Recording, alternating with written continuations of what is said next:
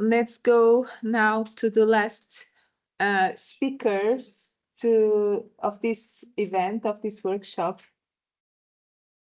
So welcome. Thank you again for being here.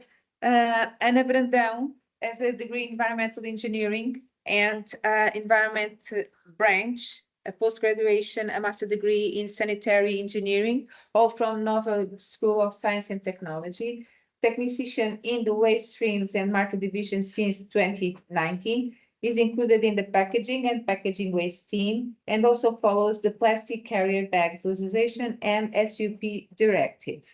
And Ana Espanol Ribeiro is a senior officer with a career focus on the environment and the specialization in the waste sector. As part of her training for the special inspection career, she attended the specific module on waste, which equipped her with technical skills for the inspection and monitoring of compliance with applicable legislation.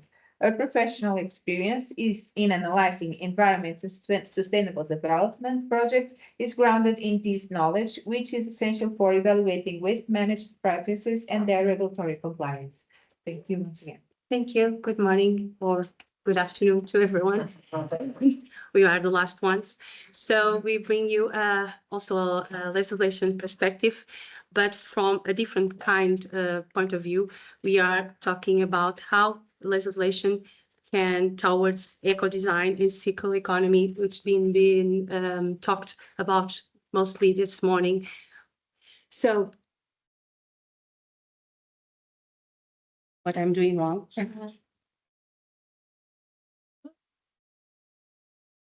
The first strategy is the EPR schemes, extended producer responsibility, which every single one of us already experienced in Portugal for the last 30 years.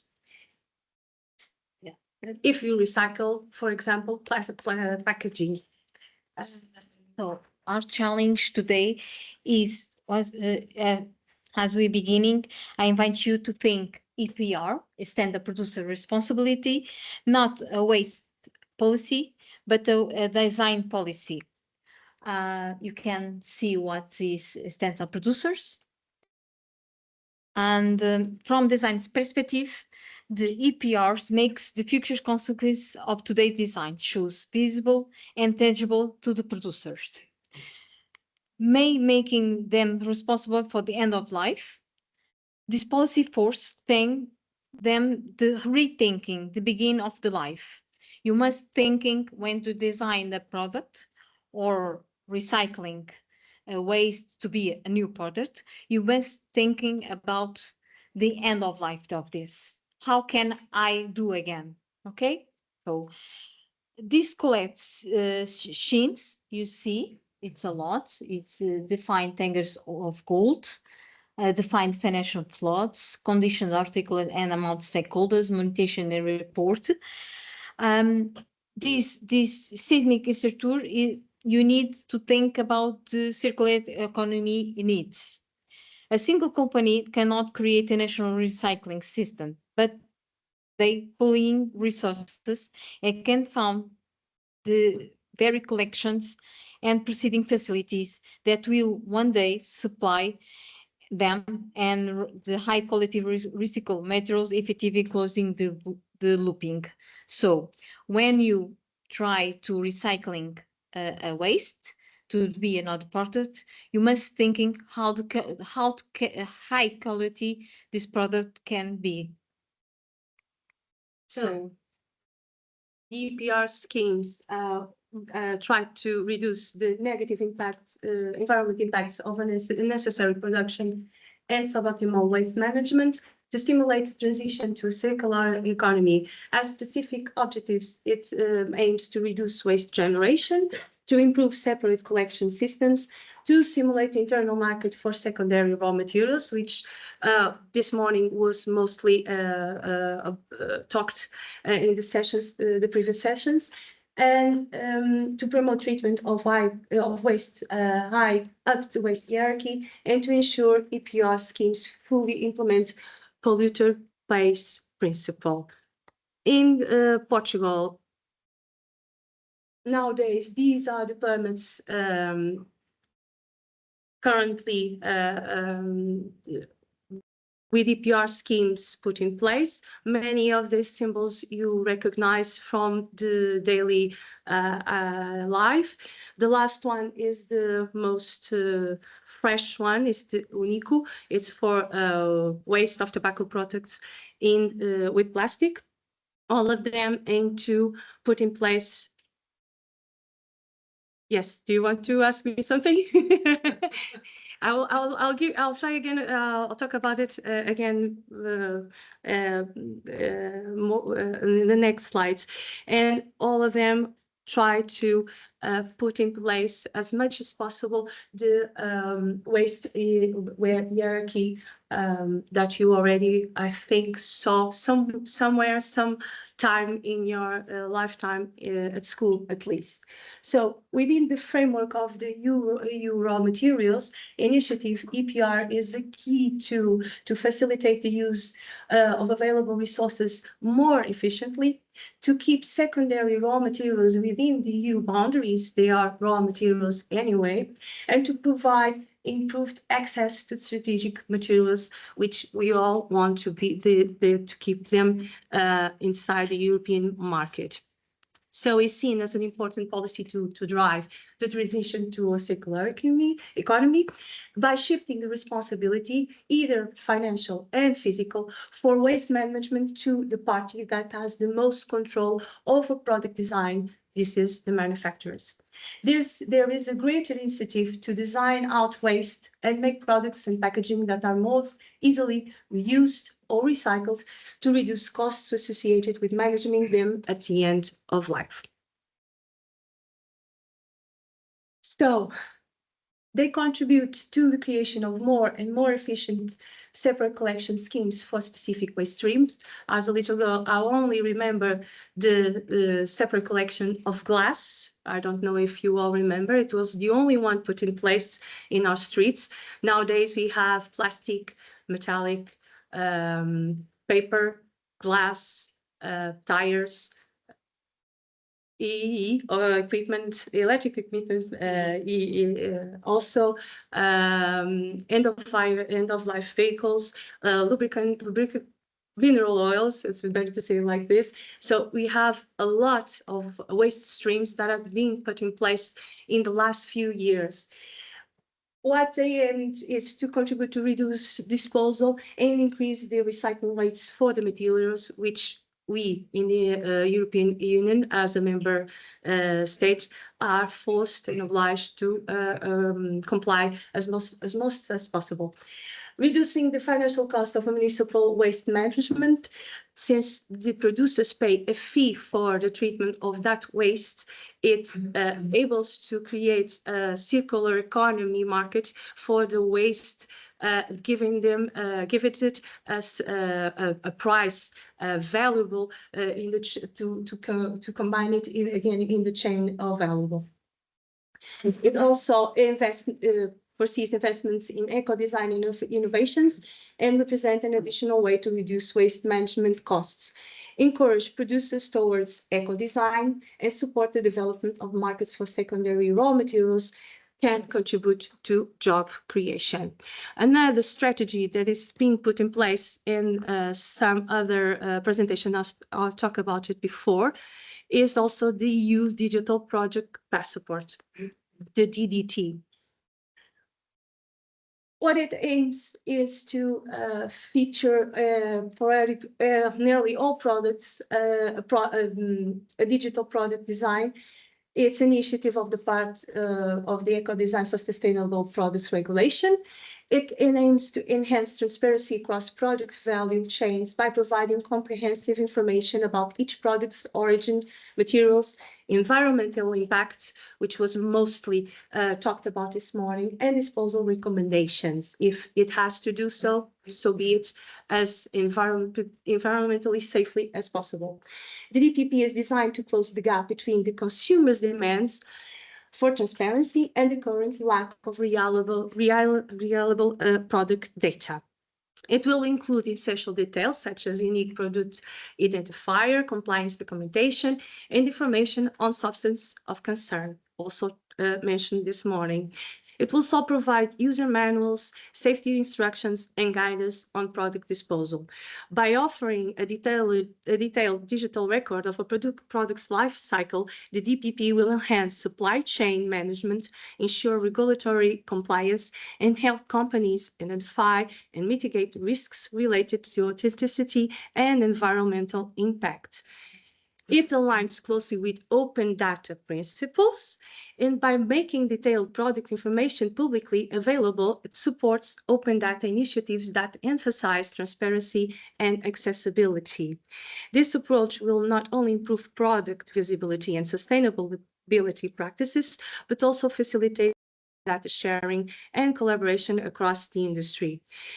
The open data's role in this context highlights the importance of accessible, standardized information in driving transparency and accountability.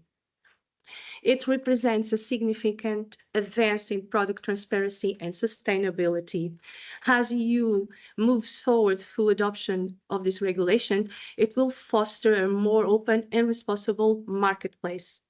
By integrating open data principles, will enhance both the visibility and integrity of product information, benefiting companies, consumers, and the environment alike.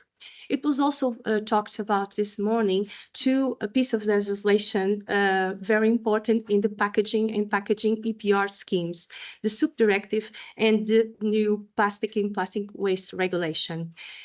As I mentioned before, SUP directive, single-use plastic directive, was put in place in 2019. Among the 10 most found items in the beaches, these that are presented to you here are the ones that must have an extended producer responsibility. Some of them already have it, such as food containers, packets and wrappers, beverage containers, cups of beverages, and plastic bags. These are from the cradle to cradle, we hope, but wet wipes and sanitary items, balloons and sticks for balloons, and cigarette butts are new. These are foreseen not only to that the producers as a PRO, producer responsibility organization, or by themselves individually, must make sensibilization for the consumers, with the consumers and the companies, for not littering all these items for the soil or the sewers, reducing their impact in the natural environment. The SUP directive, I bring you also this slide because many people think the SUP directive is only about fossil-based plastics, and it's not. It's for all polymers that are considered to be plastic in the rich definition. So when someone says, "Oh, there's no problem for SUP directive for me because my item is biodegradable," is it plastic? If it's biodegradable plastic, it is in the scope of the SUP directive. What we are doing nationally, we put all of the measures foreseen in the SUP directive in our legislation. One of the measures that are being mostly asked by the consumers is a deposit and refund system. There was a scheme, incentive scheme put in place in 2020 when we had the COVID-19 pandemics. It was, I don't know if you were involved in it. Also, if you took your bottles, your plastic bottles into the supermarkets, there's some 23 supermarkets in the mainland that had some machines that you put your bottle and it gave you a ticket that you can change it for when you go to that supermarket and buy your groceries or your doing your shop. It was very good accepted initiative. So the deposit and return system is being put in place nationally. It is starting to give its first steps. Is also for non-reusable beverage packaging plastic but also ferrous metals and aluminium, which national targets were foreseen. 77% collection of these items in 2025, so this year, and if possible, as much as possible, that is foreseen in the subdirective, 25% of minimum of incorporation of recycled material into single-use PET plastic bottles, only up to 3 liters. Okay, selective collection of 90% of these items by 2029, and by 2030, minimum incorporation of 30% of single-use plastic, recycled material into single-use plastic bottles for all the kind of plastics. How is this achievable? How is this accounted for? How is this evaluated? So single-use directive has put forward an implementing decision how to measure this recycled content. It has some information over there that it might be important to you. All this measure, all this incorporation is only for accounted for mechanical recycling of post-consumer PET waste. It is aligned with the obligations under the regulation for food contact materials, and it is foreseen an amendment to include also chemical recycling of post-consumer PET or other plastics. These measures are also aligned with the plastic and plastic waste regulation that was also mentioned. It integrates the targets foreseen for single-use plastic bottles in the C paragraph, but it is foreseen to have integrated targets for all packaging made of plastic, not only for PET, not only for bottles, but for other plastic packaging. To be assured that there's a high level in protection of human and animal health, some packaging products are excluded from this obligation, as mentioned before. All of this has to be put in place with legislation by 2030, more or less. So we will have to do big effort, all of us, to manage to achieve all these targets. Another strategy that packaging and packaging waste regulation foresees is the labeling. The information is one of the main pillars of this regulation, and the labeling of packaging harmonized among all the member states, not only for the packaging, but also for the waste receptacles for the collection of packaging waste, is being nowadays being developed by the GRC. With the new labeling rules, it will be easier for all of us to understand how to separate different types of packaging waste, identify compostable waste, we hope so, and verify the amount of recycled material present in packaging waste also. This will contribute to recycling and material recovery and boost the circular economy, thus reducing pressure on the use of primary raw materials. Well, what's the main purpose of this general labeling rules is to help consumers to separate waste correctly. Packaging must indicate the packaging material, with standardized symbols at EU level, and separation instruction. It applies from 2028 August. These are some of the images that the GRC made available on April this year about this labeling.